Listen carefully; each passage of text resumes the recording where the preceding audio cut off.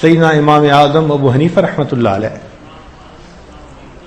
ان کو اللہ رب العزت نے کمال تقوی عطا کیا تھا.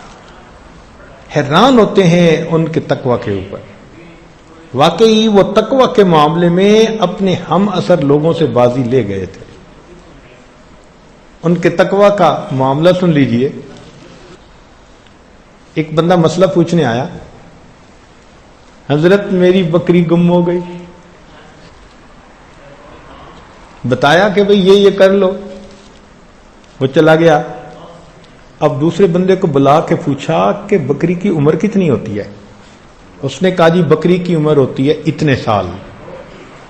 جتنے سال اس نے کہا اتنے سال بازار سے بکری کا گوشت خرید کر کھانا چھوڑ دیا کہ کہیں یہ وہ چوری کی بکری نہ ہو.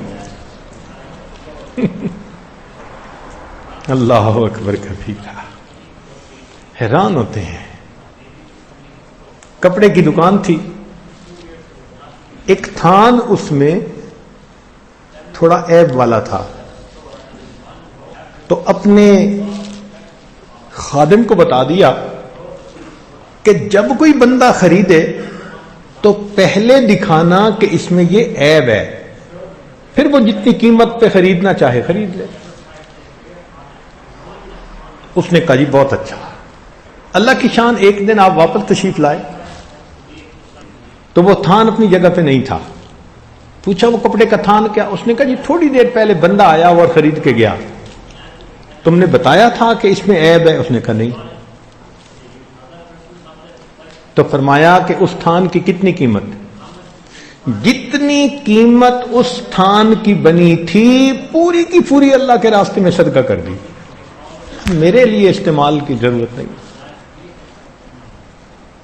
دکاندار کبھی ایسا بھی کرتا ہے؟ اللہ اکبر.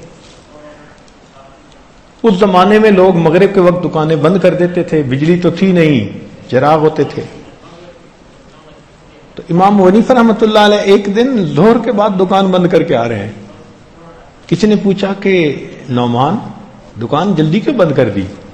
کہنے لگے کہ آج آسمان پر بادل ہیں، ابر آلود ہے، اور بادل کی وجہ سے روشنی ٹھیک نہیں ہوتی اور گاہک کو کپڑے کی صحیح کوالٹی کا پتہ نہیں چلتا.